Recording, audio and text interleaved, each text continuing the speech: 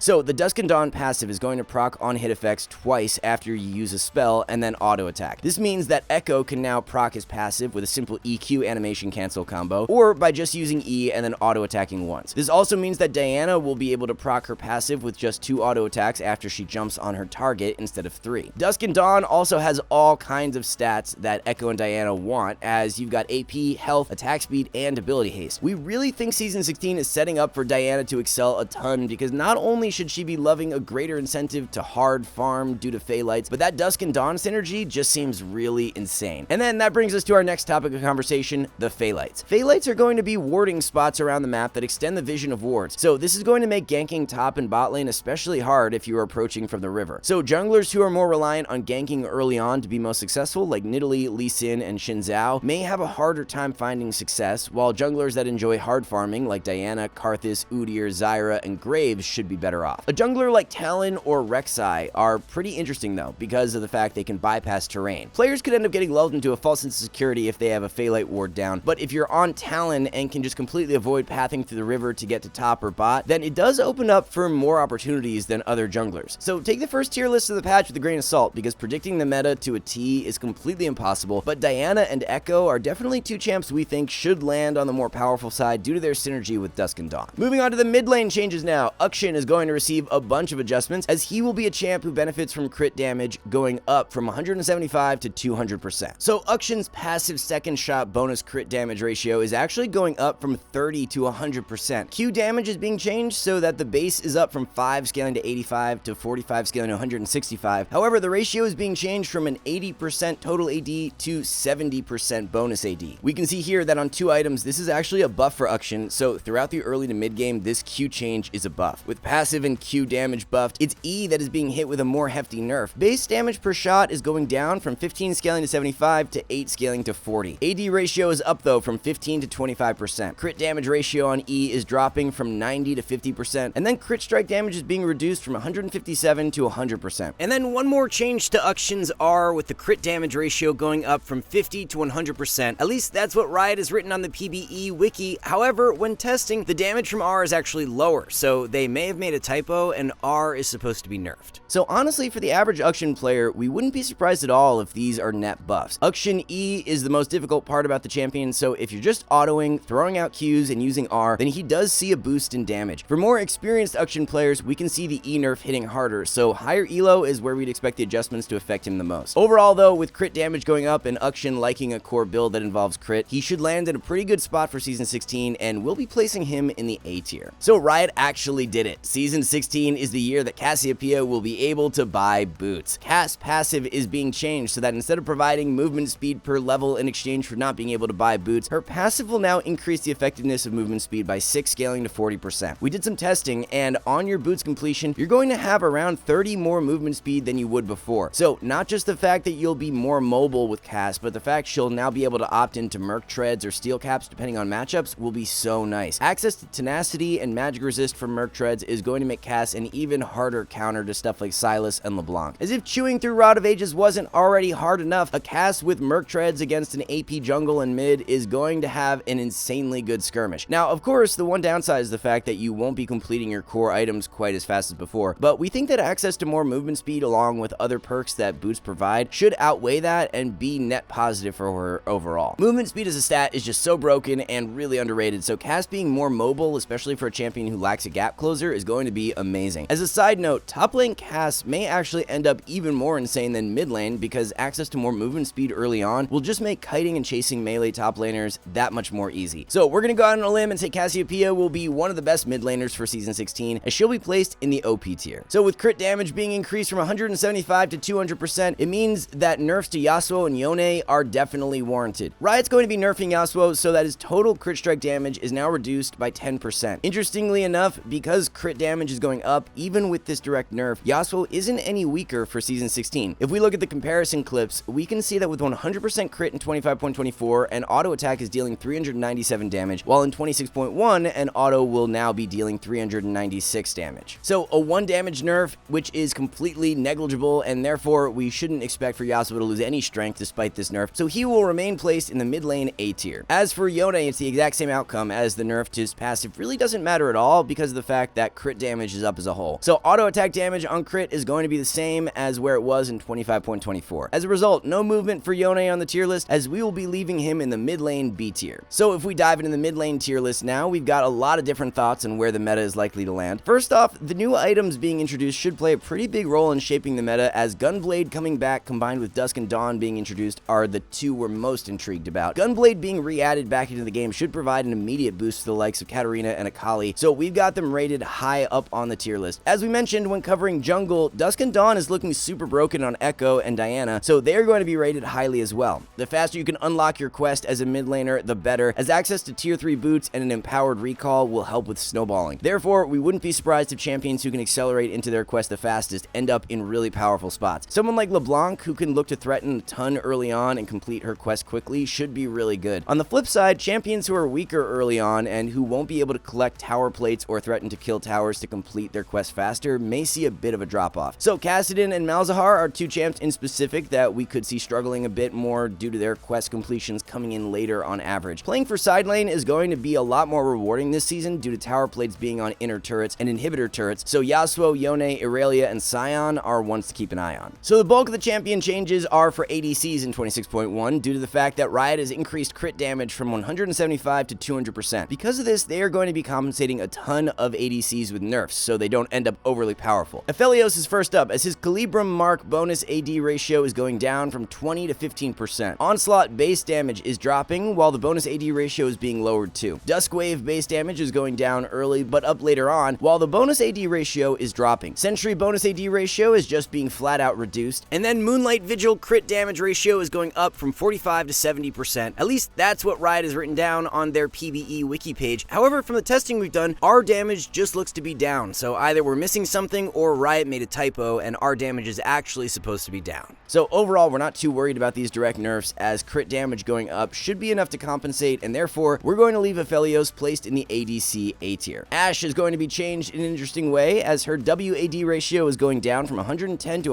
100%. However, passive crit strike chance is being increased from 75 to 100%. If we take a look at auto attack damage, Ashe autos will be dealing more damage in 26.1 compared to 25.24. And since W damage really isn't down by much at all, only 3 damage difference on 2 items, that boost in auto damage should easily outweigh the W nerf. Ashe is going to have her scaling strength reduced a bit with attack speed growth lowered from 3.33 to 3% and attack damage growth lowered from 3.45 to 3. All in all though, on your mid-game spike, Ashe is just dealing more damage in 26.1. We're pretty optimistic about Ashe for Season 16, not just because of these direct changes, but also because of the new role quest. To complete your quest, being able to kill towers and take tower plates is really important, and Ashe is an ADC who has the ability to do that quite well because of how strong her early game is. Early game dominant ADCs should be on the rise for Season 16 because when you complete your ADC quest, you instantly gain 300 gold, and then you will receive more gold from killing minions for the rest of the game. So the earlier you can complete your quest, the quicker you're going to hit your mid-game spike, and it's going to make your snowball potential as an ADC quite a bit better. So in regards to Ashe's tier list placement, we've got her at the very top of the list as she's locking down an OP tier spot for 26.1.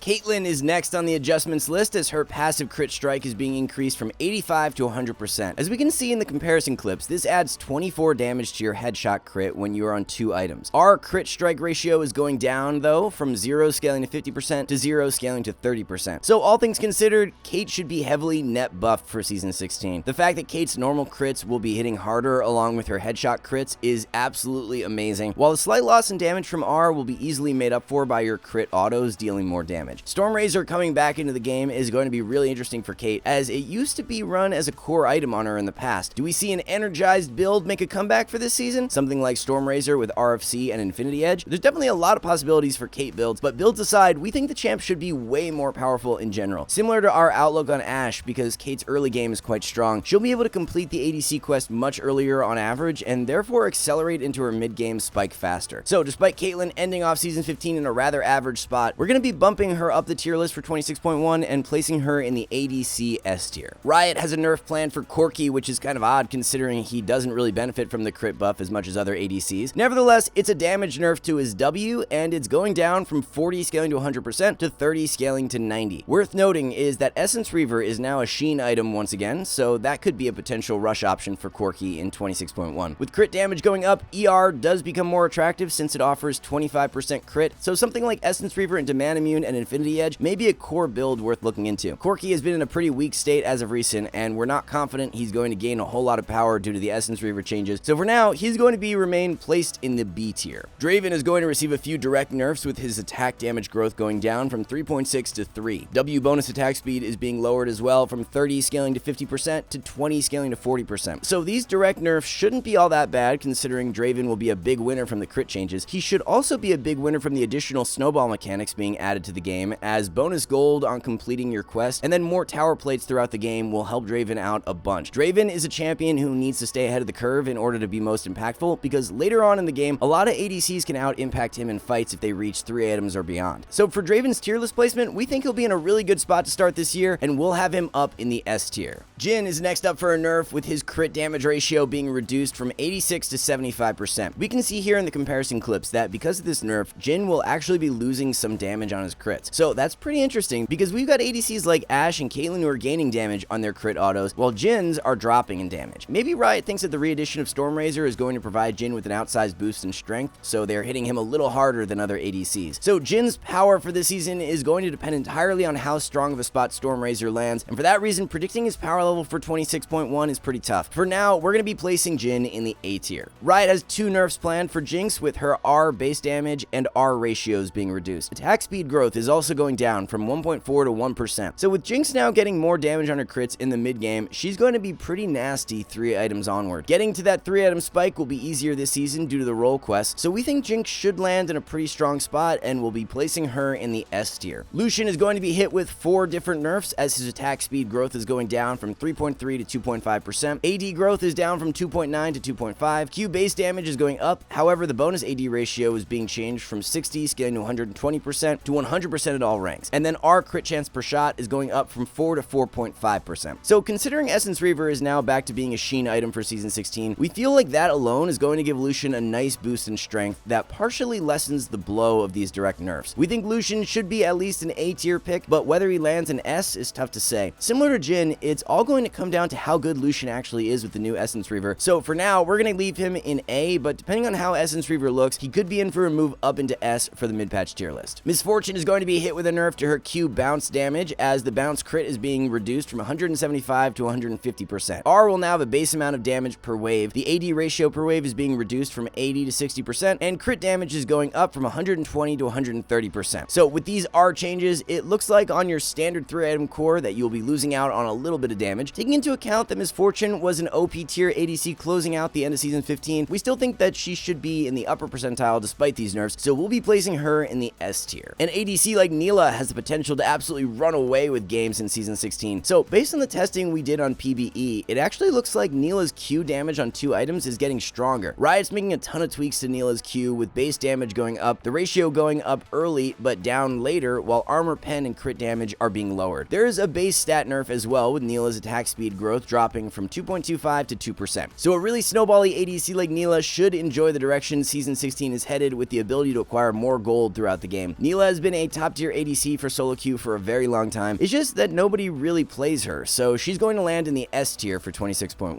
Samira is going to receive a few very similar changes that Neela got to her Q. However, the base damage is going down while the crit damage is going up. AD ratio is being changed so that it's higher early but nerfed later on. On 2 items, we can see that due to these changes, Samira Q is going to be dealing less damage with a crit in 26.1, and then our base damage will be increased. However, the AD ratio per shot is dropping from 45 to 30%. So it's looking like that as a result of those R adjustments, the damage will be down on your 2-item spike. So with Samira getting weaker due to these nerfs, we don't see her being quite as good as many other picks, so she's going to be placed in the A tier. Sivir is going to be hit with a nerf to her Q damage, as the AD ratio is dropping from 85 to 70%, while the crit ratio on Q is down from 0 scaling to 50% to 0 scaling to 40%. So just a flat out nerf to Sivir, and with a lot of other ADCs looking to rise in strength for 26.1, we don't think she'll end up in the S tier unless one of the new items turn out to be really strong for her. Fiend Hunter Bolts is a new item that gives you a big boost in DPS whenever you pop your R, so there's a chance that Sivir could like it as a core pickup. It's impossible to say though until we get to see her on live servers, so we'll be placing Sivir in the ADC A tier. Smolder is going to be an ADC to keep an eye on in 26.1 because the changes to Essence Reaver are going to add a bunch of damage to Smolder's Q. Q damage is going to be nerfed a bit with the crit ratios going down. However, we can see that in the comparison clips, because you are getting the Sheen proc when using Smolder's Q, the damage from Q is actually much higher in 26.1. The only worry we have with Smolder is that his early laning isn't the best, so if up against a very aggro bot lane duo, he could end up falling behind the curve. The enemy may complete their quest much earlier, and you'll just get snowballed on before you can scale. The ER changes just look so massive for Smolder though, so we're in a toss-up as to where his power level is going to be. A tier is where Smolder will be placed for now, but we wouldn't be surprised at all if he's S tier worthy if Essence Reaver pulls through for him. With there now being turret plates on inner towers and inhibitor towers, a really strong tower pushing ADC like Tristana could see a lot of value. It looks like Riot's thinking the same way because they've gone ahead and pretty heavily nerfed Tristana's E damage. Base damage is up, however the bonus AD ratio is down from 140 to 80% at max rank, while crit chance ratio is reduced too. We can see that on 2 items and getting a fully channeled E off while critting once, the damage from E is down from 1205 to 1089. Now of course we have to consider that Tristana's normal crits from her autos will be dealing more damage this season due to crit damage being increased, so that will help to outweigh this E nerf. If anything, the extended DPS strength of Trist gets better for Season 16, but her assassination power may be a bit weaker because of the E nerf. There's also the Stormrazor edition that could have an influence on Tristana's power level, as it should rival Yuntal as a good rush option. So even with this nerf to E, we don't see Tristana being a terrible pick by any means, and there's even a good chance she becomes better with all the indirect changes that will influence her. So we're going to have Trist up in the S tier. Twitch is one of the ADCs we're most excited about for Season 16 because he has the potential to be insanely good with the new item Fiend Hunter Bolts. Riot probably thinks this will be the case as well because they are nerfing Twitch's bonus attack speed from Q by 5% at all ranks. They're also nerfing his attack speed growth, going from 3.38 to 3%, and AD growth is dropping from 3.1 to 3. So nothing over the top with those nerfs by any means, and let's talk a little bit about Fiend Hunter Twitch. So Fiend Hunter Bolts is a new Zeal item that will likely be a good second purchase in place of Hurricane, as it's going to provide you with attack speed, crit, and movement speed along with 30 ability haste for your R cooldown, and a passive that provides you with 3 powerful autos after you activate your R. So these 3 autos will have 50% bonus attack speed and bonus damage, so the assassination potential from stealth that Twitch will have on this item completion will be nuts. We honestly think that Hurricane may get replaced or delayed until much later on in the game, because a Yuntal into Fiend Hunter core seems like it will provide Twitch with an insanely powerful 2-item item spike. Now, the only issue we have with Twitch is similar to what we mentioned when talking about Smolder, in that his laning phase isn't the greatest. So is that going to be a big detriment when completing your quest as early as possible is pretty important. Like Smolder, it's all going to come down to how much power the item changes will bring to Twitch, because if Fiend Hunter lands in an OP spot, then it won't matter at all if Twitch has a slightly weaker laning phase. We're pretty high on Twitch because of this new item, so despite the concern about his weaker laning strength, we're going to place him up in the S tier. So Xayah players have a lot to consider for Season 16 because she liked the old Essence Reaver, but probably doesn't like the new one as much. First, looking at the nerf Riot will be providing her is a nerf to her E damage, as the base drops early, but is buffed later, the AD ratio is down, and the crit chance ratio is down too. So based on the comparison clips, this does look to be a net nerf to Xayah's E damage. Nothing really stands out for us that leads us to believe Xayah will be a top tier ADC to start the season. She may benefit from Stormracer coming back into the game, but it's likely that a Yuntal Rush now becomes more popular due to the Essence Reaver changes. We just feel like the strong early game picks like Draven, Ashe, and Kate are going to outclass, and Xayah just doesn't pose as much early game laning threat as they do. So for Xayah's tier list placement, she's going to be in the B tier, lined up as an average ADC pickup. Interestingly enough, Riot has decided to hit Yunara with 2 nerfs to start the season, even though she has been a weaker ADC for solo queue as of late. Q bonus attack speed is going down by 5% at all ranks, while empowered W damage is being reduced, with the base damage and ratio going down. So there's a chance Yunara ends up really good with the new Fiend Hunter Bolt item, and these nerfs are in anticipation of that. The item provides you with a big boost in strength whenever you pop your R, and Yunara is an ADC who, when she pops R, wants to be going all in, and therefore the value from Fiend Hunter should be pretty good. So like a bunch of other ADCs, Yunara's power level is pretty hard to accurately get a read on going into the season, because a lot of it will come down to how good these new items land. So for now, we aren't going to move Yunara anywhere on the tier list, as she will remain down in C like how she ended last season. And then for the final ADC getting adjusted in 26.1, we have Zeri, who's getting a couple of nerfs. WAD ratio is going down from 130 to 120%. E base damage is being lowered, the bonus AD ratio is going down, but the crit chance ratio is being increased. And then R base damage is dropping by 50 at all ranks. So much like Yunara, Zeri has a similar play pattern where she wants to pop her R and then look to aggressively all in her opponent. Because of this, there's a lot of potential for Zeri to like the new Fiend Hunter Bolts item, and as a result, where she lands power-wise to start the new season is likely correlated to how good Fiend Hunter Bolts actually is. So as a result, we're going to keep Zeri rated lower down the tier list for now and move her up if need be during the mid-patch tier list. So we've already covered a vast majority of the ADCs and have given our thoughts on their strength heading into the season, but for those who we haven't had a chance to discuss yet, let's dive in. So on-hit ADCs didn't end up getting any direct changes going to Season 16, and therefore we don't think their power level will change that much relative to where they were in 25.24. Ezreal is going to be one to watch for 26.1 because the big question revolves around whether or not the Essence Reaver changes make the item a stronger pickup than Trinity Force. If this is the case, then we'll have to move Ezreal up the tier list for mid-patch, but as of right now, we're going to keep him in B because if Essence Reaver doesn't land in a better spot than Trinity, then Ezreal is just going to be in the same spot he was towards the end of last season. The general theory that we have been working with for the ADC meta is that the early game ADCs should see a boost in strength. With the new role quests, when you complete your quest, you gain 300 gold and then bonus gold whenever you kill minions. So this just means that if you can find a few kills in lane and get ahead of the opposing ADC, the gap in power between the two of you will be even more massive for Season 16. In order to complete your role quest, you will need to do stuff like kill minions, collect tower plates, get champion takedowns, and kill towers. So if you're on an ADC who lacks a strong early game and is just sitting under tower all game, then it's going to take you a lot longer to complete your quest. Killing minions is going to provide the least amount of progress towards your quest, while taking down turret plates and killing turrets provides the most amount of progress, and therefore playing someone like Ashe or Kate who can more consistently apply pressure in lane are who we think should come out on top to start Season 16. A non-traditional bot lane carry who should be loving the additional tower plates is Ziggs. Ziggs with his pushing power is a champ we expect to gain a bunch of relative power for Season 16, so we've got him up in the OP tier. And then of course when you complete your quest, you will gain access to an additional item slot, but we really don't think this quest reward will end up being all that impactful. You don't even end up hitting max build in the majority of your games anyways, so unless games are extended on past 35 minutes, you won't even be able to take advantage of this quest reward. Immediate access to 300 gold and then more gold when you kill minions just feels like it will be the much more impactful part of the ADC quest. So the only support champion who's being directly changed heading into the new season is Senna. With crit damage going up for this season, Riot has decided to change how Senna's basic attacks scale off of crit. So as we can see in the comparison clips, Senna's auto damage on crit is going to be up a very slight amount for 26.1. So as a result, Senna should remain around the same power level that she was to close out last season, so she'll be placed in the support A tier. So there's a bunch of stuff to consider when analyzing the support meta as we head into 26.1. The support role quest itself shouldn't really influence any class of supports in specific, specific, as you just get reduced cost on control wards, a bonus item slot for control wards, and your support item upgrade. Choosing a support who can accelerate their ADC into their role quest faster may actually be what defines the meta. If we're going to be seeing a bunch of Ashe and Caitlyn, then a support like Karma or Vel'Koz or Xerath who can poke a bunch, shove waves faster, and threaten enemies under tower will be really good. Remember, for ADCs to complete their role quest, taking turret plates and taking down turrets gives you the most amount of progress, so if you play a duo who can get the push in lane and collect a bunch of early turret plates, then your ADC is going to have their quest completed much earlier than the opposing ADC. There are also a few new items being introduced that will influence a select few supports more than others. Whispering Circlet is the new tier support item, and we think Sona and Seraphine should both be loving this addition. They liked going for Archangels because of all the mana it provided, but hated the high cost at 2,900 gold. So the fact Whispering Circlet is just 2,250 gold, that's going to be so much better for them. We've also got Bandle Pipes as the new melee support item, as it gives you the same basic stats like health, armor, magic resist, and ability haste. However, its passive provides your ally with bonus attack speed when you slow or immobilize a target. Braum is one support in specific we think should be great with this item because more attack speed means faster passive procs and a better skirmish. Zeke's Convergence is just flat out buffed for this season, providing you with 15 ability haste for your R cooldown, so Rel and Rakan in specific will see a nice indirect boost in power. The more passive supports that sit back and don't really offer a whole lot of presence in lane are the ones we think you'll have a harder time succeeding on due to there being many new snowball mechanics. So Yuumi in specific is one that we're going to have placed down in the C tier. Of course, there's so much more that we'll have to discover as the patch rolls out, but those are a few of our initial thoughts on who should be good to start 26.1. Alright guys, one last thing, our rank up guarantee is insane. It's like signing up for the gym and getting a refund if you don't get ripped. That's how confident we are in SkillCapped. We obsess over making the best guides with top players, rigorous testing, and top tier video editing to make your climb easy. If you're ready to level up, visit SkillCapped.com and see the difference. So there you have it, everyone. That's a complete look at how we think the meta will be aligned for every single role as we head into 26.1. Thank you all so much for watching. We'll see you in the next one.